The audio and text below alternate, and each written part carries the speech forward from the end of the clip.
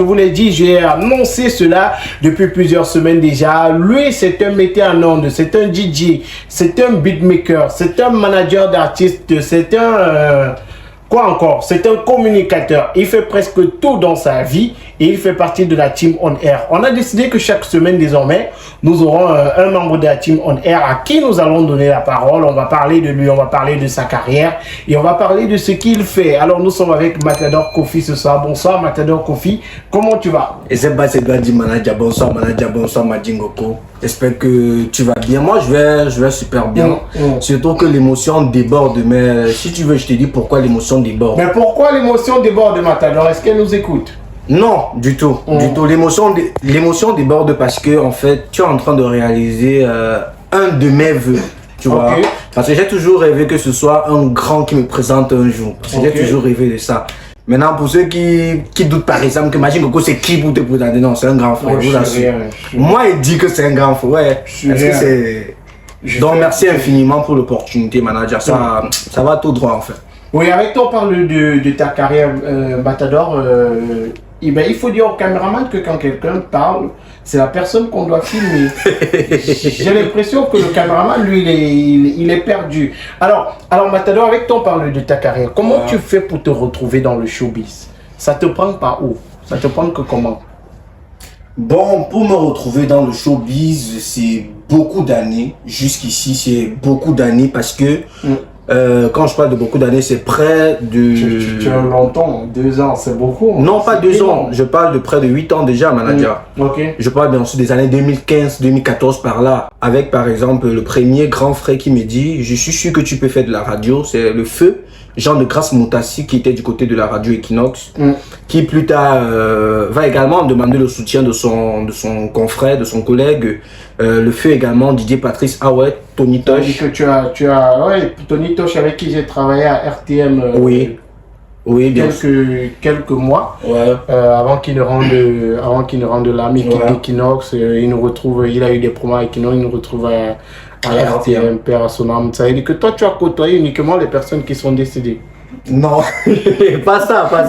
En fait, j'ai commencé par les personnes qui sont aujourd'hui décédées, malheureusement, mais heureusement, des personnes vivantes sont en train de continuer à m'accompagner. Ce sont ces personnes-là qui t'ont tenu la main. Ça se passe comment? Tu rencontres ces personnes-là comment? Est-ce que tu te retrouves en radio? Ça se passe comment? Ouais, en 2014 déjà, 2013-2014 par là, j'écoutais la radio, je me disais, mais waouh, surtout Tony Tosh, parce qu'il présentait une émission de sport, il avait sa façon d'introduire son collègue Hervé K, qui n'est plus de la radio Equinox. Voilà. Donc j'aimais cette façon de présenter, et puis je me suis dit, ben, pourquoi pas faire comme lui? Et en ce moment, je me rappelle, j'entrais en classe de 4e, ça veut dire il fallait justement parler soit l'allemand, soit l'espagnol. J'ai dit non, c'est l'espagnol que je vais choisir, surtout je vais être comme Tony Tosh. Et puis cette année-là, je mélange entre mon école et ma carrière, parce qu'il faut dire que j'étais focus sur l'écoute de la radio Equinox en ce moment. Désolé si j'interprète. Il n'y a pas de souci. Donc voilà. Tout le monde nous écoute, on est la meilleure radio, après on peut faire un peu de promo, petit frère. D'accord. Donc voilà, cette année-là, je me suis dit, pourquoi pas me lancer? Qu'est-ce que j'attends? Et puis j'ai commencé en tant qu'auditeur, par la grâce de Dieu, avec le concours justement de Jean de Grâce Moutassi. Je gagne le prix de meilleur auditeur, meilleur jeune auditeur de la radio Equinox en cette époque-là. Et le jour des festivités, bien sûr, parce que j'étais pas seul. Il y a également une auditrice qui est même justement une des fidèles de la radio La Voix du Golfe aujourd'hui, qui est... Elle a compris que le bonheur c'est ici. Le bonheur c'est ici, bien sûr. Qui est maman Céline Jamen, que je salue, du côté de Bepanda. Voilà, avec elle par exemple, elle qui était, je peux dire, témoin oculaire de ma carrière, du début de ma carrière. Et elle a vécu tes débuts. Oui, en fait. Et puis, bien après ça, j'avais l'habitude de côtoyer tonton Jean de Grâce Moutassi, qui venait chaque fois à la maison. Et puis j'ai dit, mais tonton, pourquoi je peux pas faire? Il m'a dit, petit, aie d'abord le bac. La phrase là, aie d'abord le bac. Et puis, même en me disant, aie d'abord le bac, ça n'empêchait pas que lorsque je dis, par exemple, tonton, pourquoi à cette partie? Parce que je posais beaucoup de questions. Beaucoup de questions. Et ce que les gens ne savent même pas de Matador, c'est que je peux dire que dans le showbiz, je suis orphelin, hein, parce que mes vrais pères m'ont toujours abandonné. Mais moi, le Matador qu'on connaît aujourd'hui, c'est le Matador qui cherche beaucoup, qui apprend beaucoup et qui est vraiment humble. C'est-à-dire, j'aime faire avant de rater ou avant de commettre des gaffes, mais après, j'apprends toujours de mes erreurs. Parce qu'après, quand il me disait par exemple, voici comment on parle, et moi j'étais beaucoup plus la voix. C'est-à-dire, je me disais que non, pour parler à la radio, il faut avoir une belle voix. Or, ce n'est pas ça. Il faut avoir le contenu qu'il faut. C'est pas forcément ça. Voilà, c'est pas forcément ça. Il faut avoir le contenu qui va avec. Et puis, je me suis dit, bah voilà, un jour, moi aussi, je vais me lancer dans la radio. 3 ans après, c'est-à-dire en classe de seconde par là, je me retrouve du côté de Bafan parce que également j'ai vécu dans un quartier pas bien à cette époque-là, Bipanda, où il y avait la mauvaise compagnie. J'étais tellement têtu qu'on t'a renvoyé au village. Non, je n'étais pas tellement têtu qu'on m'a renvoyé au village. On a décidé de m'envoyer un peu changer au village. Voilà. Oui, ça veut dire que tu étais tellement têtu qu'on a décidé de t'envoyer au village. Bon, si tu veux. Et puis, je suis arrivé du côté de Bafan, j'étais plutôt du côté de la RTS, Radio Tchemini Chiantou, où j'ai... Ah, il y a RTS à Bafan aussi. Oui, bien sûr. Okay. Avec justement celui-là qui gère depuis toujours, jusqu'à ce que je sache, Monsieur Christian Ateba, parce que c'est le directeur, le chef de chaîne de ce côté-là. Et de ce côté, bien évidemment, j'ai été tenu également par une autre qui était Mandela Thialé, que je salue également, parce que elle, c'était beaucoup plus les voix off. Donc, c'est-à-dire, en chaque personne, en chaque mentor, je me suis formé dans un domaine. Il y avait quelqu'un qui m'apportait quelque chose. Oui, bien sûr, qui m'apportait quelque chose. Donc, avec Mandela Thialé, par exemple, j'ai appris à gérer des événements, j'ai appris à gérer ma voix, j'ai appris à gérer le charisme d'un animateur radio. J'ai appris beaucoup de choses. Et puis, je suis revenu sur Douala, j'ai dit non. Comme j'ai appris là, je vais pratiquer directement. Et comme j'étais à Bipanda, j'ai postulé pour la radio Kasmando, qui n'était pas très loin de là. Donc à Kasmando, ils ont dit non, je suis très jeune, il faut d'abord que j'ai le bac. Donc c'est encore tout à l'heure. Encore cette affaire de bac. Encore cette affaire de bac, voilà. Et comme tu ne voulais pas avoir le bac, ça devenait compliqué pour toi. C'est compliqué. Je me demande même pourquoi il a fallu. Pas avoir le bac. Non, pas pourquoi j'ai pas eu le bac. Il a fallu que je fasse le bac plusieurs fois avant de l'avoir, parce que j'ai toujours su en fait que c'est après le bac que ma vie devrait vraiment déclencher, et c'est après justement ce bac Majingo que la vie ou la carrière véritable de Matador commence, parce qu'après le baccalauréat et avant même le baccalauréat, bon, la transition entre baccalauréat et la vie active, c'est que je me retrouve directement accueilli à la Voix du Golfe par le grand frère Ivo Ivora, voilà. Le pasteur Nunga, bon, désormais. Pasteur Nunga désormais, voilà. Et puis lui qui m'accueille à la radio La Voix du Golfe. On salue le pasteur, salue le pasteur Nunga qui va certainement regarder le replay de cette émission sur le digital. Si ne regarde pas, on va envoyer ça dans son vidéo. Voilà, donc Ivo qui m'accueille à la radio, c'était pas facile au début, parce que la radio La Voix du Golfe, sans toutefois soulever les quiproquos, les secousses de la maison, c'était pas du tout évident, mais j'ai pu m'installer, j'ai pu être accueilli par toute la famille. Quand je dis toute la famille, c'est tout le personnel. Même ceux qui ne voulaient pas voir ma tête ont finalement accepté que non, Matador, on peut faire confiance à ceux qui... Donc il y avait des gens qui ne voulaient pas voir ta tête. Oui, bien sûr. Est-ce que tu peux les citer, s'il te plaît? Non, voilà. quand même. Non, oui. Voilà. Comme dans toutes les entreprises, bien tout sûr. le monde n'est pas toujours content, tout le monde. Tout le monde n'est pas l'ami, voilà, tout le monde n'est pas l'ami, tout le monde. Donc, comme je disais, c'est après donc mon baccalauréat véritablement que les choses commencent. La véritable carrière de Matador commence. Matador, c'est aujourd'hui, comme tu as si bien dit, le manager des artistes, de plusieurs artistes qui m'ont fait confiance. Comédien, artiste. En parlant de web comédien, Fallon Diop par exemple, en l'occurrence, parce qu'on va dire qu'il faut citer il faut donner les exemples aux arguments. Voilà, donc Fallon Diop par exemple, en tant que comédienne, qui jusqu'aujourd'hui on travaille ensemble, parce que beaucoup de personnes pensent que non. La collaboration est terminée. Pourtant, ça continue. Et non, je croyais qu'après votre relation amoureuse, il n'y a jamais eu de relation. Dis-nous. Pourquoi tu veux pas? Beaucoup de gens pensent, voilà, je porte la voix des gens. J'ai l'impression que tu réfléchis beaucoup avant de répondre. Non, je réfléchis pas. Ce que je dis, c'est que avec Fallon Diop, ça a été une relation de grand frère, petite sœur, et surtout une relation basée sur la confiance. Et c'est cette confiance qui faisait qu'on était tellement intime. Elle me donnait la place du manager qu'il fallait. Et c'est ça qui donnait l'impression aux gens que voilà, nous sommes ensemble et tout. Non, c'est pas ça, c'est la relation professionnelle. Très professionnelle même, j'ai envie de dire. Parce que jusqu'aujourd'hui, ça continue. Ça dit, si Fallon, sa personne, c'est le moment que tu manques le respect à son manager, elle est capable de se déchirer là. Et puis, moi-même, parfois, quand il parle, écoute, il dit que non, manager, on ne doit pas te parler comme ça. Donc, beaucoup de respect également et beaucoup de big up pour Fallon Diop. Après Fallon Diop, ça a été également avec la carrière de plusieurs artistes. Je n'ai pas envie de citer parce que les artistes encore c'est énorme. Mais ceux que je vais beaucoup plus citer, c'est-à-dire qui m'ont fait confiance et qui m'ont fait oser aller de l'avant ou alors franchir un cap encore plus supérieur, je pense bien sûr à la petite Ketia Anzoua. Ketia Anzoua avec qui tu étais en France récemment. Mais tu n'es pas obligé de trahir ici. Oui, Ketia Anzoua avec qui j'étais en France, si ça peut te faire plaisir. Voilà, Matador Kofi était en France tout récemment avec son artiste, c'était pendant les vacances. Oui, pour le tournage de son clip, son dernier titre, Des Anges, qui est déjà disponible sur YouTube. Donc il y a Ketia Anzoua, il y a le grand frère Rubest, ils sont plusieurs à me faire confiance dans le côté management.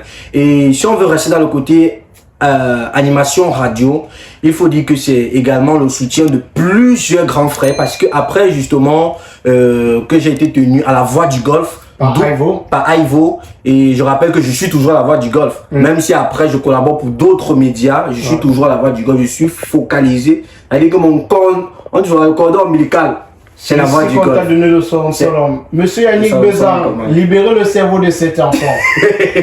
Voilà. Il se pourrait que le coordonnateur attaché Matador Kofi ici, on lui propose 500 000 dans les autres radios, il refuse de partir. C'est un problème.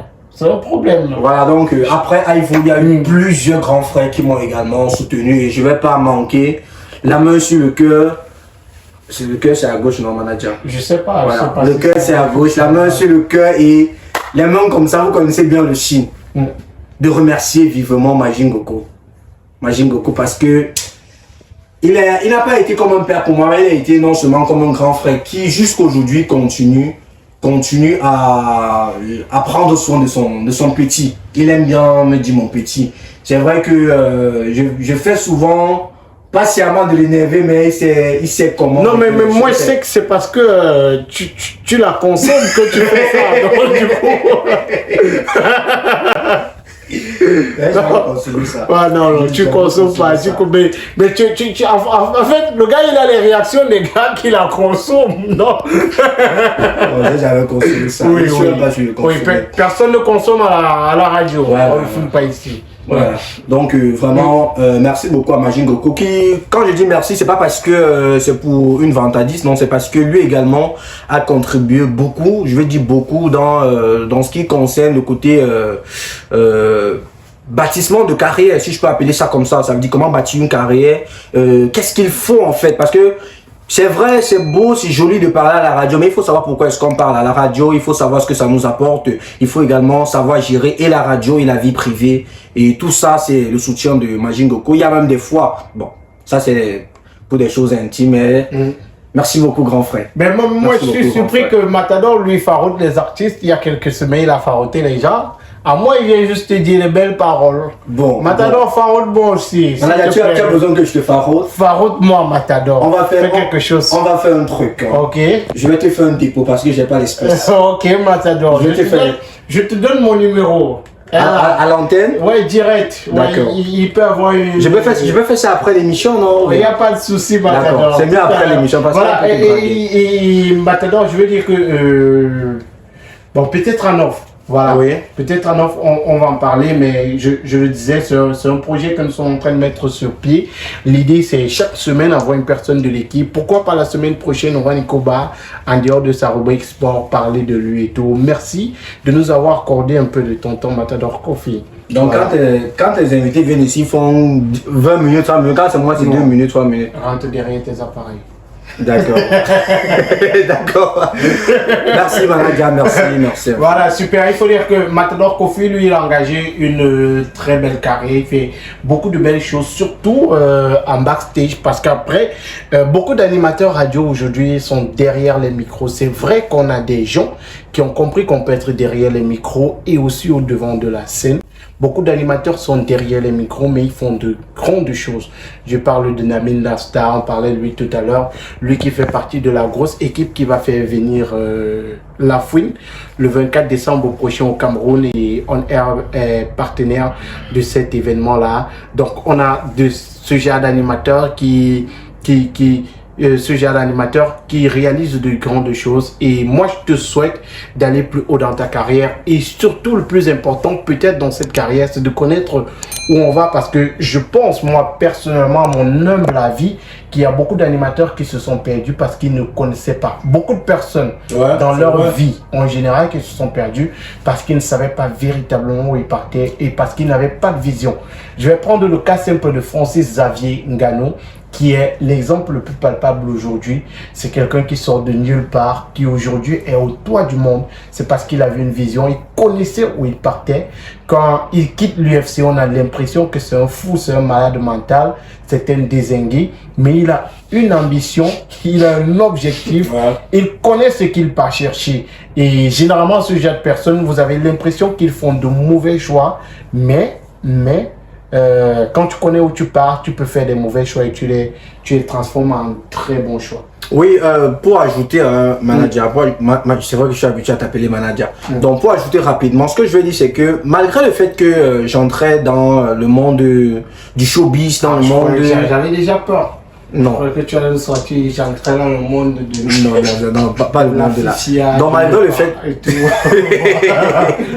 Donc, malgré le fait que j'entrais dans le monde du showbiz, moi, ma vision, alors mon but a toujours été d'être le serviteur de la société, en réalité. Ça veut dire, j'ai toujours voulu être celui-là qui va éclairer la société, qui va édifier les populations. Moi, et je sais que je vais le faire. Je commence et je continue déjà à le faire. J'espère juste que ça va bien se faire. Sur le plan marketing, sur le plan social, sur le plan économique, c'est ce qui marche. C'est ce qui marche le plus. Ça veut dire servir les gens, même pour se faire de l'argent, c'est ce qui marche.